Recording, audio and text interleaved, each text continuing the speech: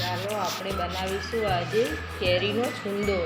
તો એના માટે મેં મોટી 4 સાઈઝની કેરી લઈ લીધી છે રાજાપુરી, અને આપણે એનો છુંદો બનાવીશું। ચાલો એને આપણે છોલી લઈએ। દેખો અમને સરસ કેરીને છોલી લીધી છે। હવે એને છીણી લઈએ।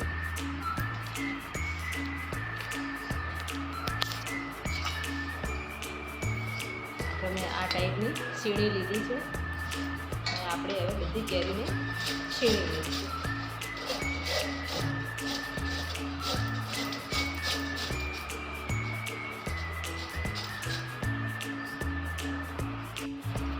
જો આપણે એક કેરીની છીણી લીધી છે, અને આ જોવાનું છીણ, હવે બધી કેરીને આપણે છીણી લઈશું। જો આપણે હવે 4 કેરીને છીણી લીધી છે, અને આપણે જો છે તૈયાર।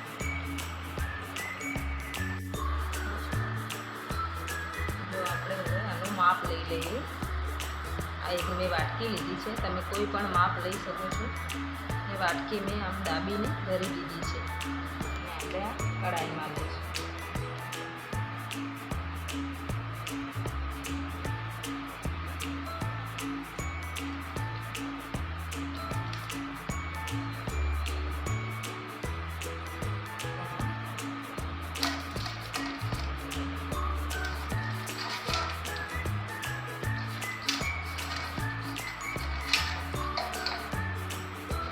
વાટકી જેટલું આપણું છીણ છે, આ પ્રમાણે આપણે એની ખાંડ લઈ લઈએ। એનામાંથી હવે 4 વાટકી ખાંડ લઈ લઈએ।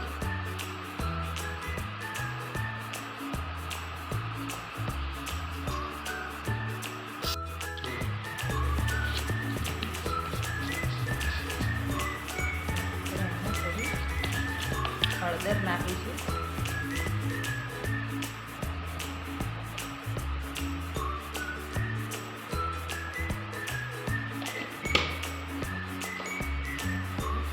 મીઠું નાખીશું।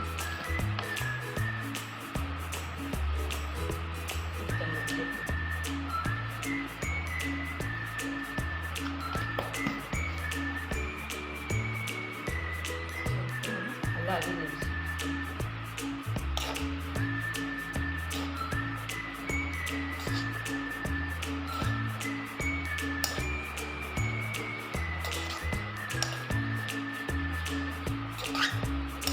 હળદર અને મીઠું નાખ્યું એટલે અંદરથી બધું પાણી છે ને એ બધું છૂટું પડી જશે।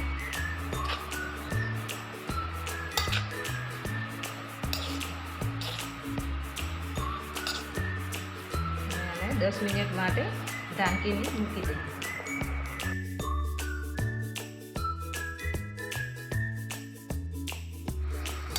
તો જો મિત્રો, હવે આ પાણી આપણું થોડું છૂટું પડી ગયું છે। હળદર અને મીઠાનું આને આપણે અંદરથી કાઢવાનું નથી, જેમ કે આમાં જે રસો થાય છે ને એ આ પાણીનો જ હોય છે। હવે આપણે એમાં ખાંડ ઉમેરી દઈએ। થોડી થોડી ખાંડ ઉમેરીને હલાવતા જવાનું।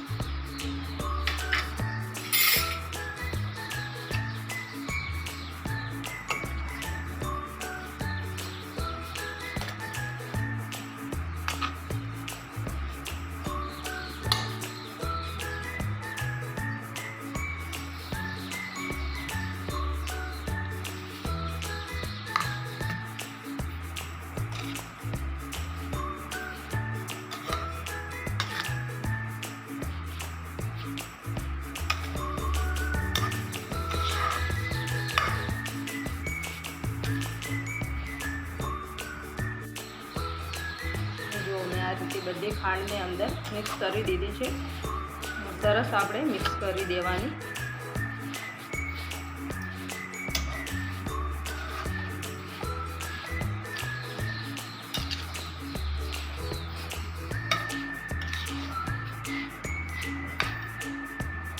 જો આવી રીતે હવે આપણે એમાં 2 આખા તજ ઉમેરી દઈએ।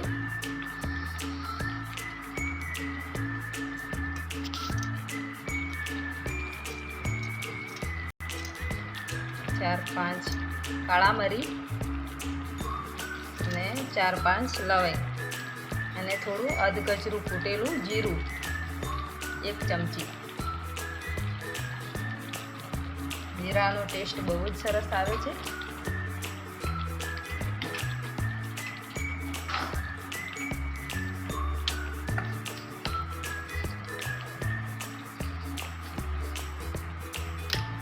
મેં 2 થી 3 ચમચી કાશ્મીરી લાલ મરચું ઉમેરી દઈએ.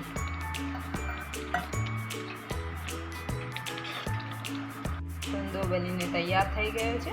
પછી આપણે આ કાચની જારમાં એને ગાળી દેવાનું છે ઠંડો થાય એટલે સ્ટોર કરવા માટે. આપણે ખાંડ હવે સરસ મિક્સ થઈ ગઈ છે અંદર. જો ચાસણી પણ છૂટવા લાગી છે.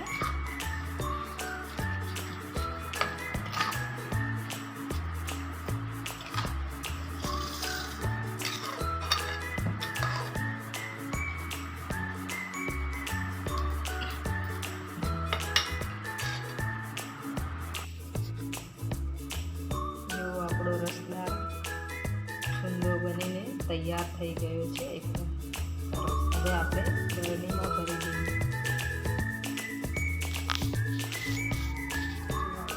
બરણી